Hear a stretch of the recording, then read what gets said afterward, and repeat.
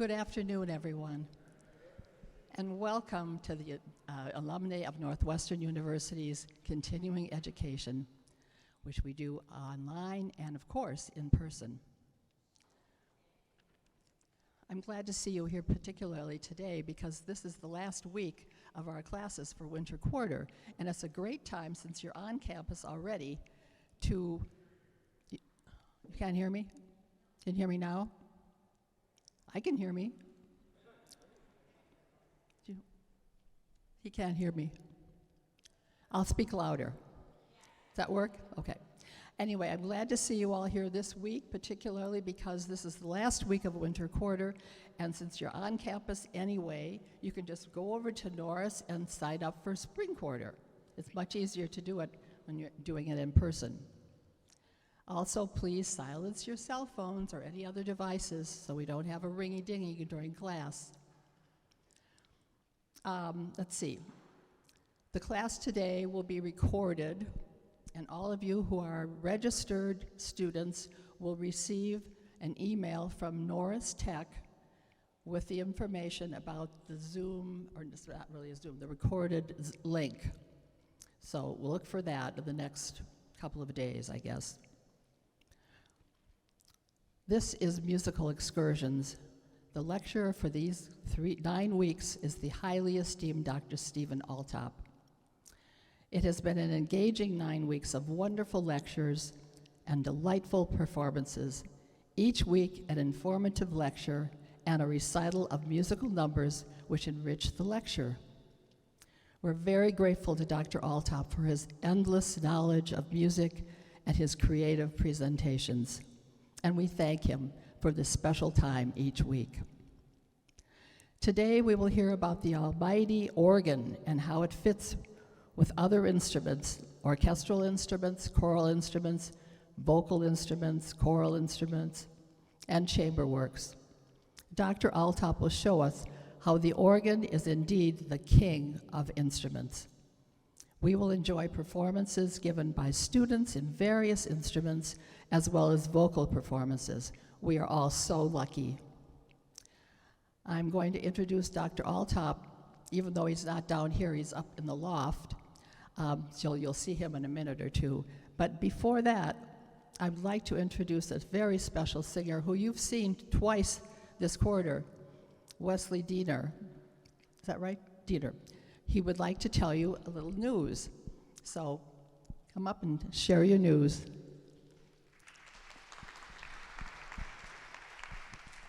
Thank you. Hello, everybody. It's great to see you again. I'm going to be quick so that you all can enjoy the music. But after meeting you all these past couple of weeks, I realized that I could share something exciting for you, especially as you finish this class this quarter and today, is that I, outside of being a performer, I am a voice teacher. I teach individual voice lessons and group classes, and my studio, which is all online on Zoom, we'll be having a group workshop for adults that starts next week. It's on Thursday evenings, and you can take it from anywhere in the world, and it's a place to work with other adults to work on your solo voice, guided by a teacher. We've had adult singers with absolutely no experience all the way to full professionals have a wonderful time in the class and gain a lot, so it would be perfect for any of you who are interested in furthering your singing or starting your singing journey. So I'm going to write to Carol with all the details, and you can look for an email for that, and I hope to see one or more of you there. But what you're here for is Dr. Alltop. So to get you all started, Dr. Alltop and Josephine will be performing the Pie Jesu from Fauré's Requiem.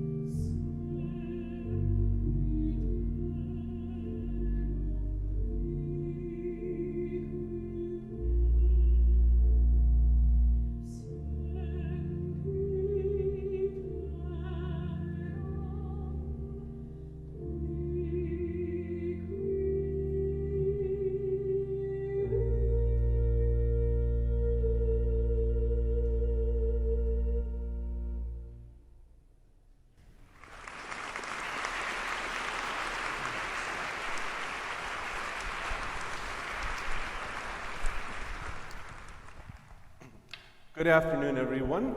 I guess you can see and hear me, theoretically. At least you can hear me. We are starting up here with some beautiful music for the voice and for the organ.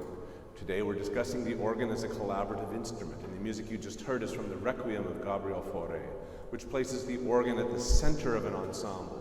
In this case, that includes solo violin, violas, cellos, bass, horns, trumpets, timpani, and harp. There is no doubt that in this piece, and many like it, such as Duruflé's Requiem, the organ is the glue that holds everything together. The organ is a superb instrument for accompanying voices. With its many colors, it can both support and add solo lines of its own. Let's listen to a work by the Dutch composer Hendrik Andriessen. Now, we haven't performed Andriessen's music for you before, but he's a very prominent composer. Fun fact, the very first email I ever received from Josephine was asking me if I might be interested in performing a work for soprano and organ by Hendrik Andriessen. And so here we are, many years later, performing this music.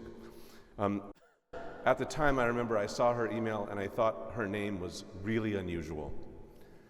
Ultimately, I learned how to say it.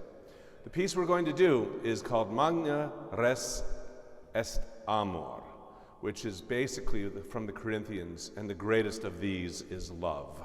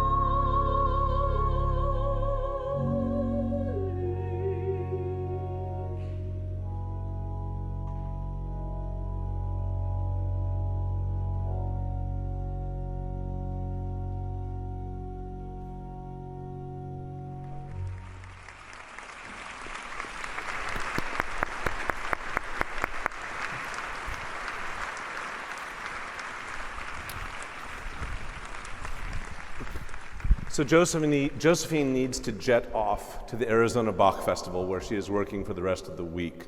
But I want to very much thank her for being a star of this presentation.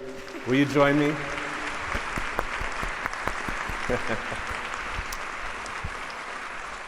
She's done so much to enhance these lectures. So just give me a minute and I'm going to head on down to the front.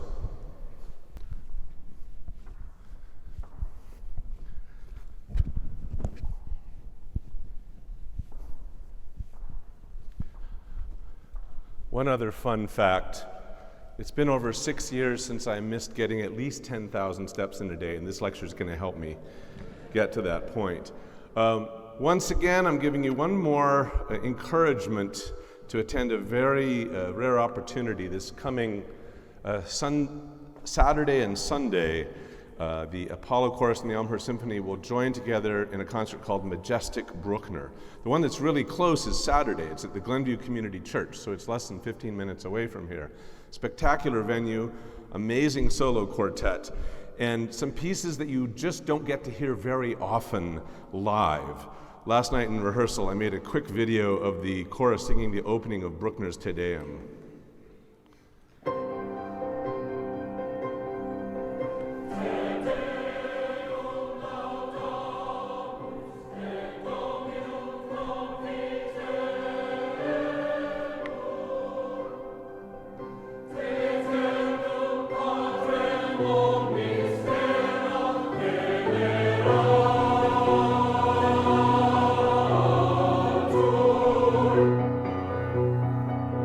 This is actually a work that would fit into today's lecture because the Bruckner Te Deum, Bruckner was a great organist, uses the organ as part of the orchestra, which is what I'll be talking about a lot. The organ is, as you heard Julie say, often referred to as the king of instruments. A large pipe organ like this one is an orchestra unto itself, and many of you have heard me play great masterworks that feature the organ in this capacity.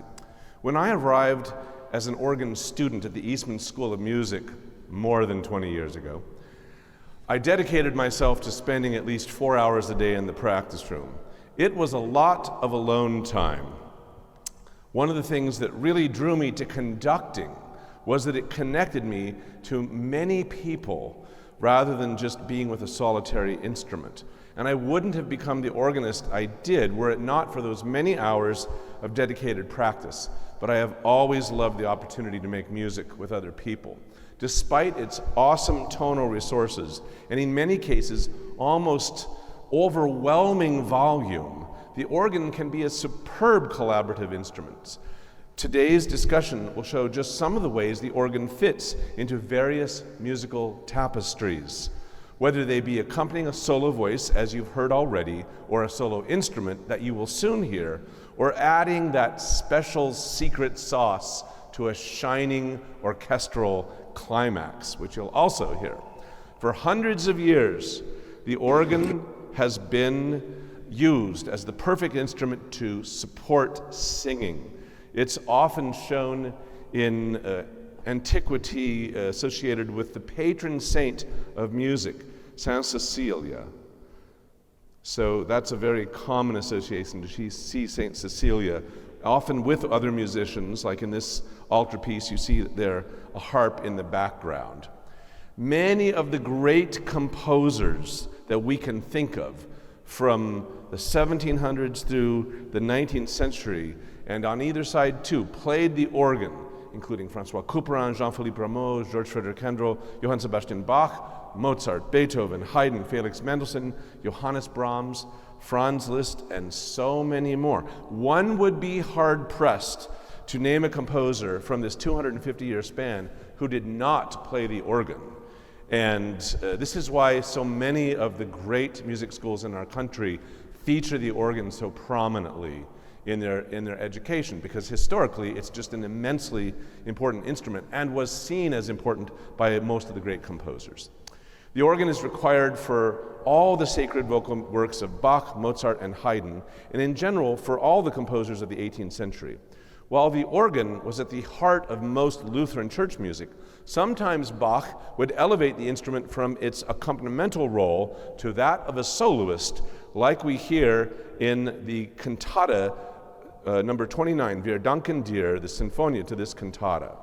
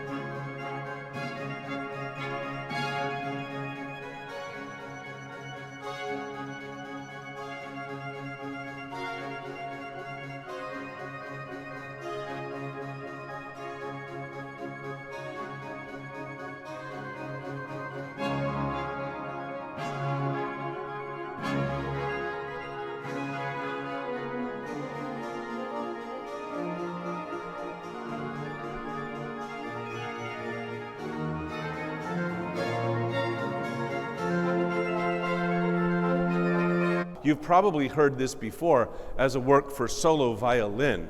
Bach begins his partita in E major with that very music. And I've often used this to demonstrate the vagaries of pitch in the Baroque area. You hear a violin play it like this, or, right? Except that if it's a Baroque violin, it would be. But in the Sinfonia to the cantata you just heard, it's in D major. Right, but that would be at Baroque pitch like you just heard, which is.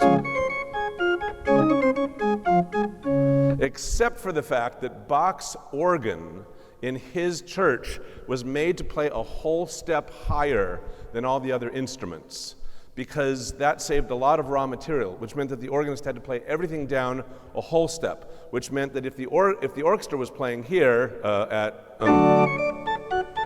the organist had to be playing one whole step later and lower and go. Did you follow all that? All right, well, anyhow, there's a lot going on with these sorts of things. Bach was not the only composer who utilized the organ in a solo capacity. Like Bach, Haydn on several occasions elevated the organ to a solo role, like in Haydn's charming little Missa Brevis Sancti Johanna de Deo, known as his Kleine Orgelmass, or small organ mass. Here we hear in the Benedictus, the organ takes a solo role.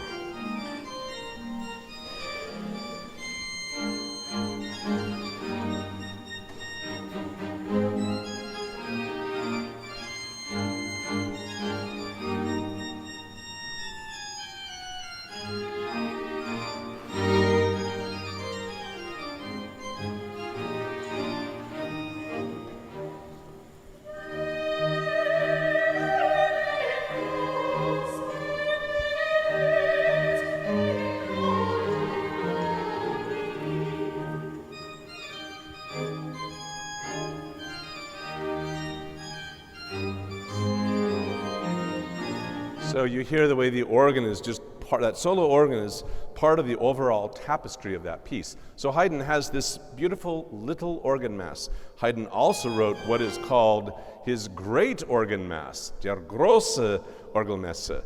And during the pandemic, the chapel choir really did an amazing job of producing music despite all the challenges. And I think this was about the epitome of our ability to make music, combining the Baroque music ensemble, recording together, distanced but masked, we remember this, with the chapel choir recording separately, and this piece also has this solo organ part.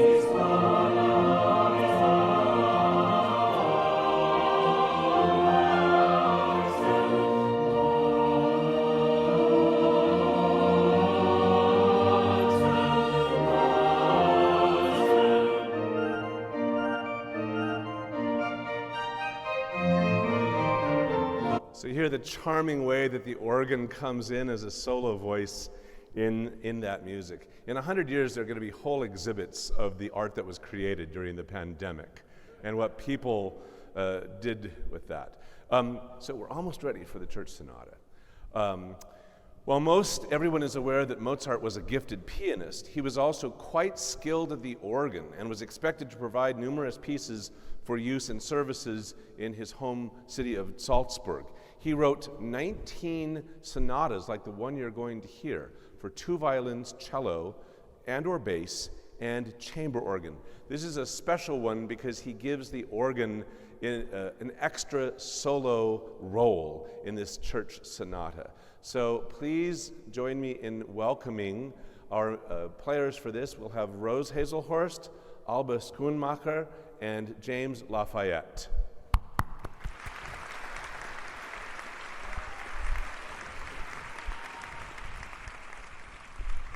While Rose and Alba are coming up, I just wanted to mention, so this is a different type of organ, a very small one that we call a chamber organ. It's modeled after an instrument that was made in the Netherlands in the year 1610 by a builder named Copenius, but it is every bit a pipe organ. You'll see all the pipes there. There are 3.5 ranks of pipes, very cleverly set into this compact organ. There's a very small blower at the bottom. The only difference is that the blower has been electrified so that we don't have to hire work-study students to pump the organ.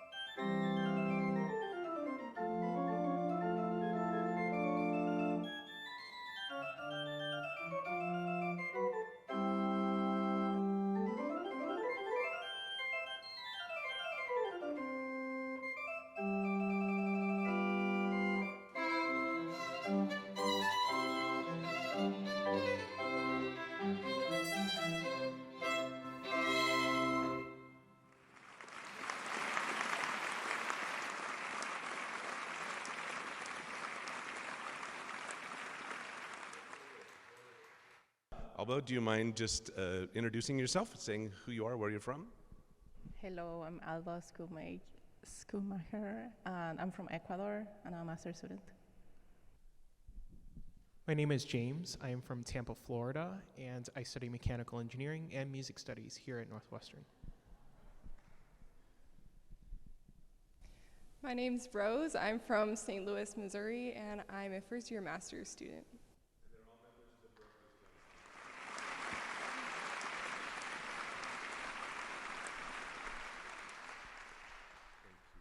Thank you, James. Much appreciated. Okay. So, this is from a huge oratorio that Willem wrote based on Erasmus. Erasmus was the philosopher who was born near Gouda, which was Willem's hometown as well. And a couple years ago, we premiered this oratorio in Josephine's hometown of Meppel. And this is a work that very prominently incorporates the organ into a chamber ensemble. This is from the final chorus.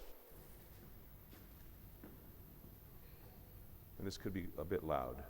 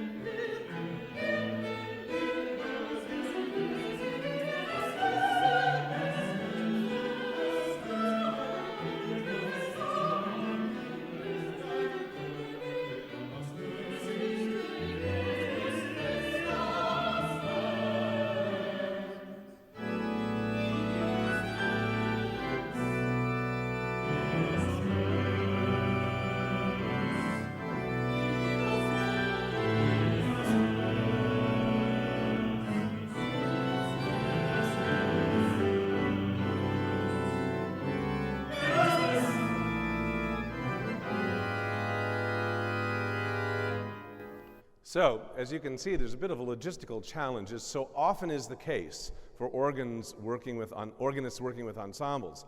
I'm up in the loft at this 18th century organ. There's a whole division behind me. I can't see anything downstairs, and so we're having to coordinate things. But it worked very well, and it was a great pleasure to be a part of that. The wonderful Czech composer Leos Janáček uses the organ in his choral magnum opus called the Glagolitic Mass. And near the end, the organist plays a big toccata before the conclusion of the work.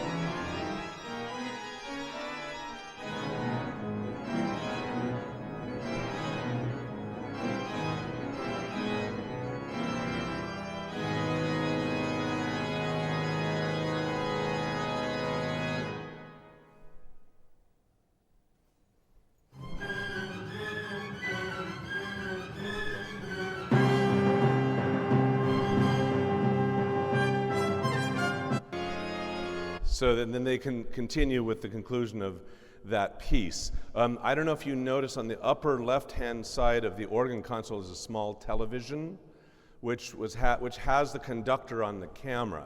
And sometimes that's what you're using in these situations. The problem with those closed-circuit televisions is there's usually a delay.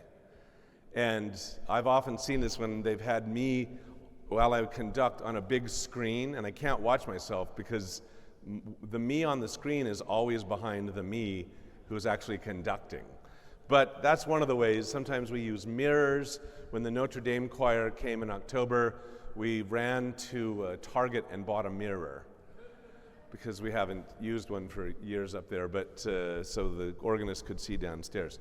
The thing about the organ in choral works is they often just add this volume, this final element that completes the music. Brahms' Ein Deutsches Requiem would be a great example. Brahms writes the orchestration so that the organ has in the score next to it ad libitum. You can use the organ or not, depends on if you have one available. However, if you have an organ, and if it's a great organ, it enhances the work immeasurably.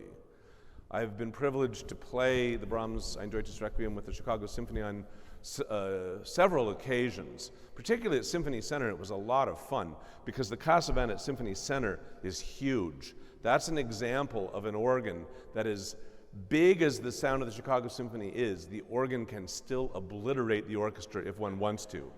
One will probably not get hired again if one does that. But it has 4 34-foot stops in the pedals. And at the end of these magnificent fugues in the Brahms Requiem, when you put on those 32-foot, you just feel it. It rearranges your molecular structure. It's fantastic. And an example of that also happens in Mendelssohn's Elijah. One of my favorite musical moments ever was conducting Elijah at Rockefeller Chapel. And we get to this moment that begins with a quartet of sopranos and altos. It's like an angel quartet. Holy is God the Lord. That is answered in C major, which accesses the lowest notes in the orchestra and the organ. The bottom pedal is C. And the chorus and the full orchestra respond with, Holy is God the Lord, and you really think you've gone to heaven. And the organ adds humongously here.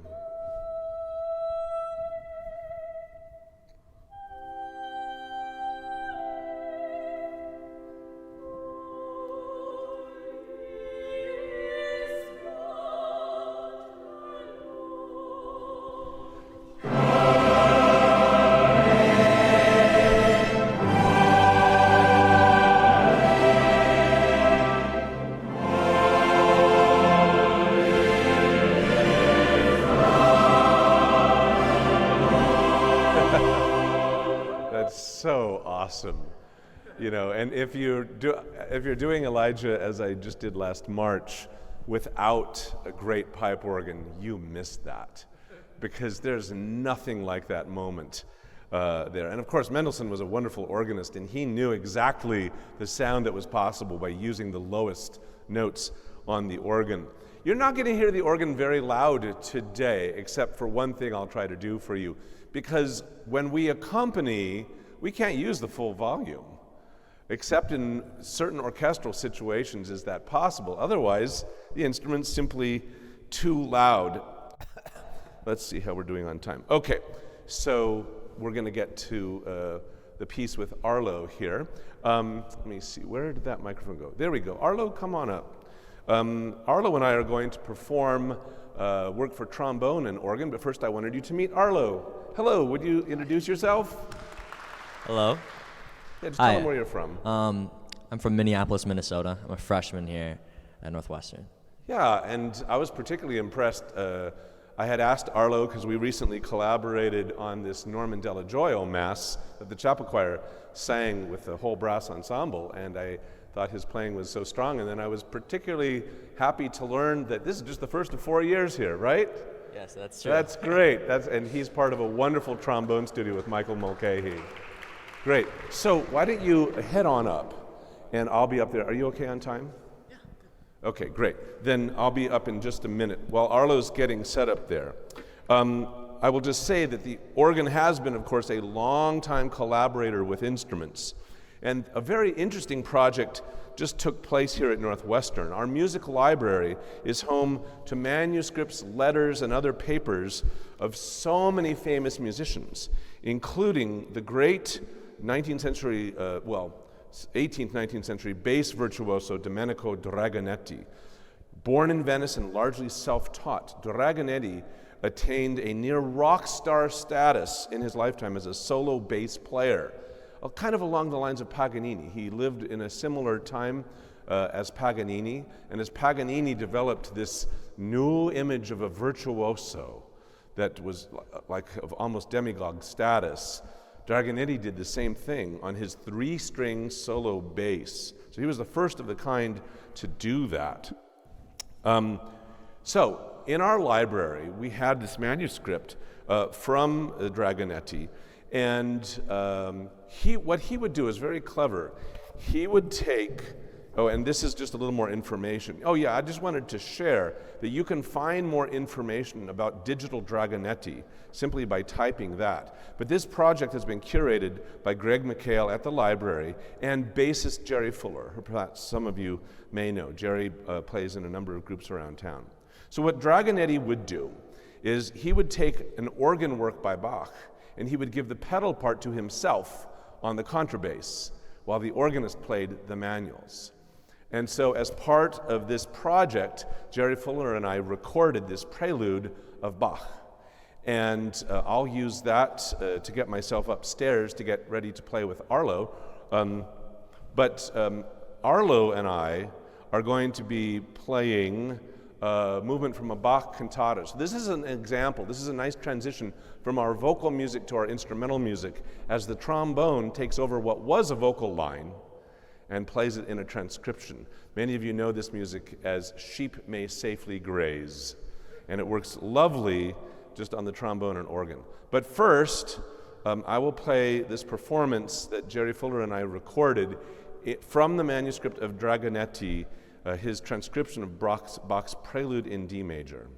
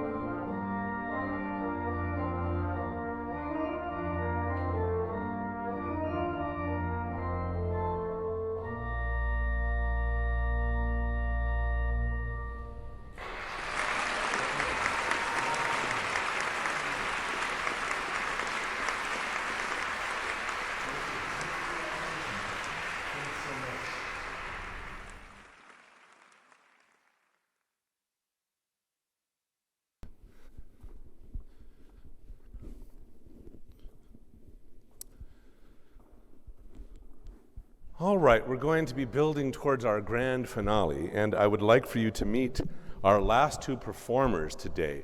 So Brian and Sarah, would you come up just for a second? This is Brian Kutcher and Sarah Heimberg. Please welcome them.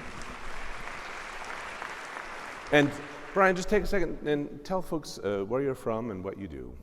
Hi everyone, I am originally from northern New Jersey, and this is my first year in the doctoral program studying saxophone performance here at Northwestern. Wonderful, thank you. Sarah?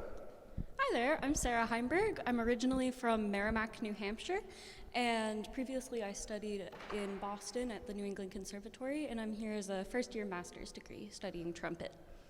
Great. Well, they're going to be performing from back there, so I wanted you to see them first. So thank you so much. I'll see you up there in just a little bit. Thank you very much.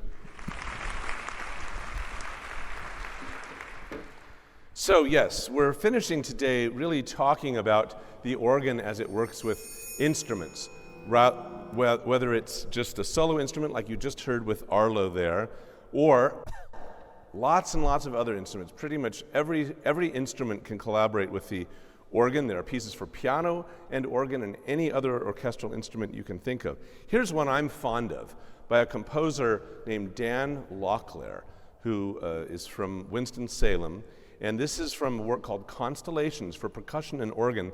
This is the movement called Pegasus.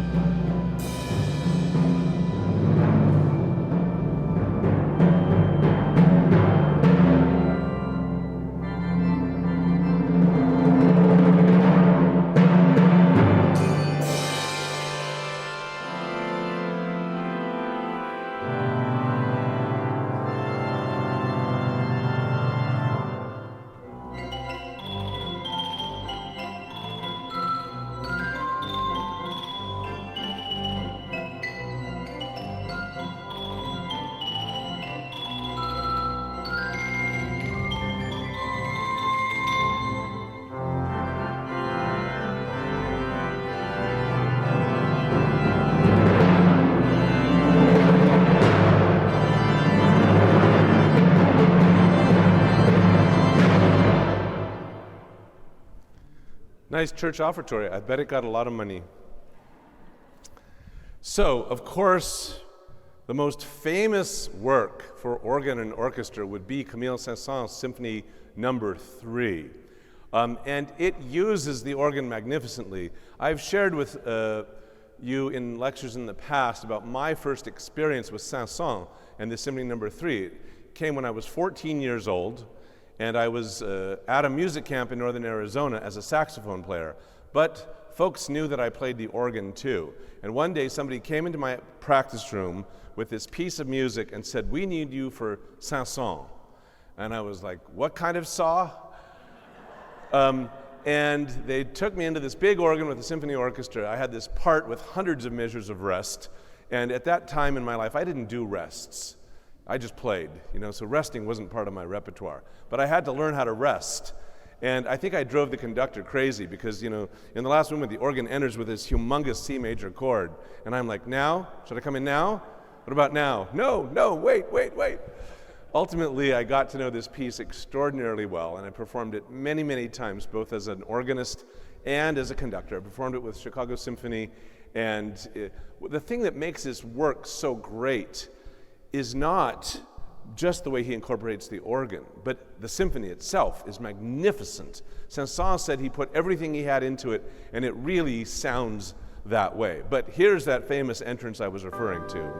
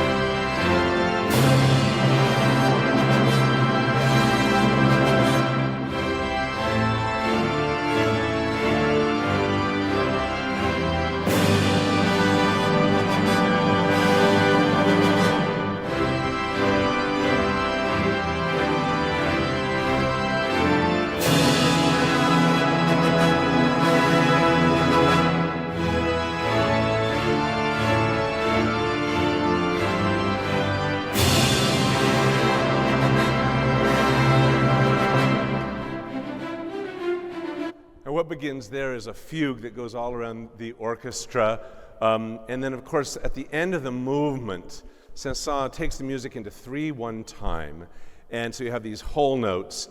And he basically takes the final octave of the pedal, which goes from C to the lowest C, and has the pedal going bee-ba, bum, bee-bum. And on that low C, the orchestra just bursts into this blaze of fanfares, and the timpani goes nuts, and it's just a great, great ending. Wonderful. Well, lots of composers have used the organ in symphonic contexts. Here's a rather famous one.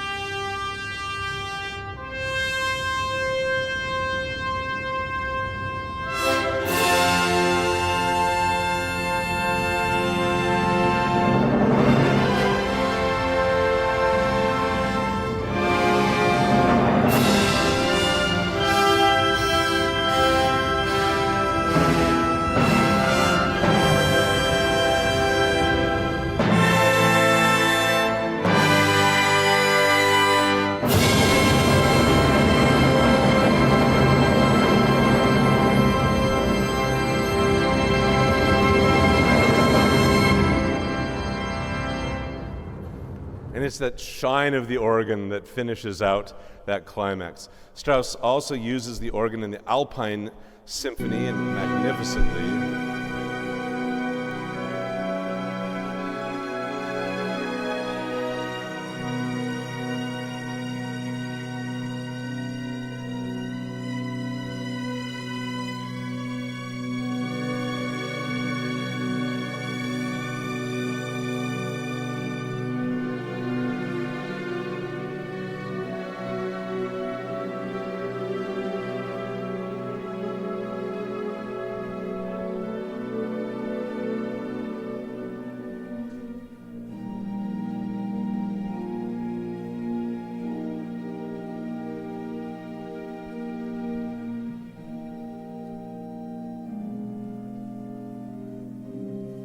Horns join.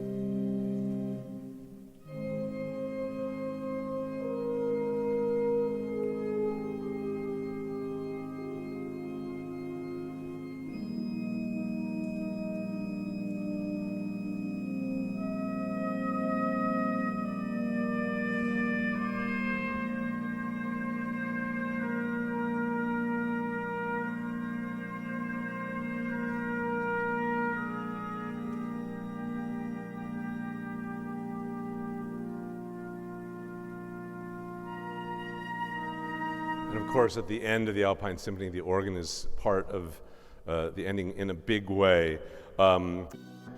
Then the same Czech composer, Leos Janáček, uses the organ throughout his Taras Balba, actually in the first and third parts.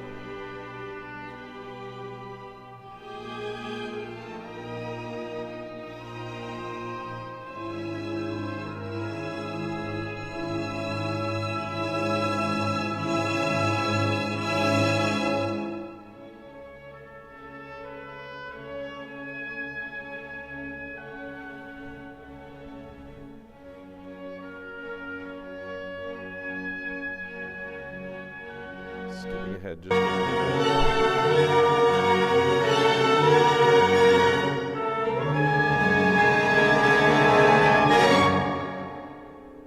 We have this curious little organ solo. It's kind of hymn-like, reminiscent.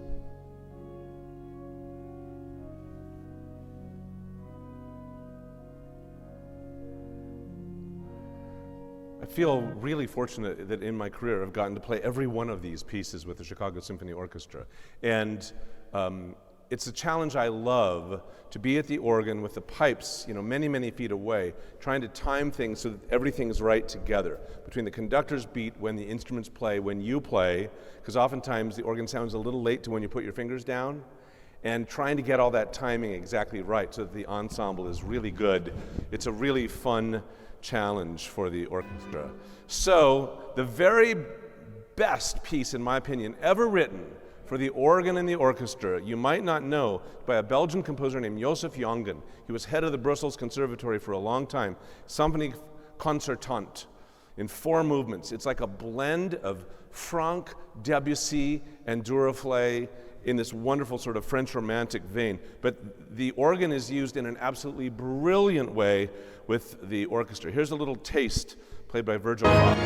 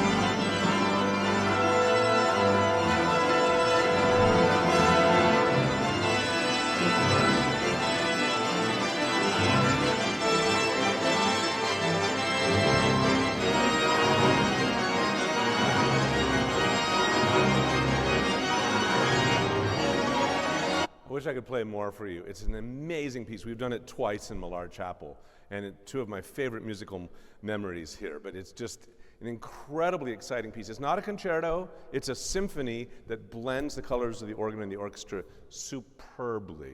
So we're going to finish with music from the balcony with Brian and Sarah. Brian's going to play two pieces, a short, lovely Arioso by Fiocco, and then a spiritual, Give Me Jesus, arranged by Moses Hogan.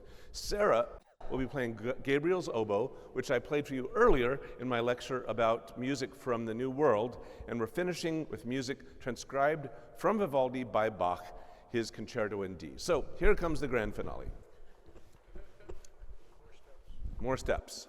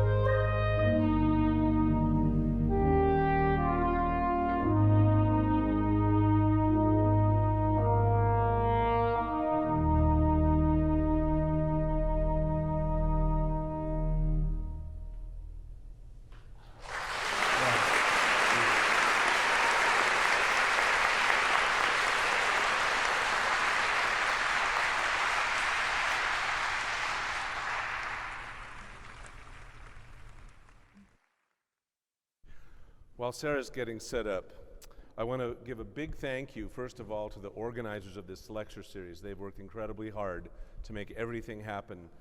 Debbie, Julie, Carla, Linda, everybody who's worked so hard on this, thank you so much. Also, thank you. Also, the crew today that's made all of this technological magic happen. Thank you so much for your work, guys. I promised them that I would at least play one loud thing. And so here's what that chanson sounds like, live and in person.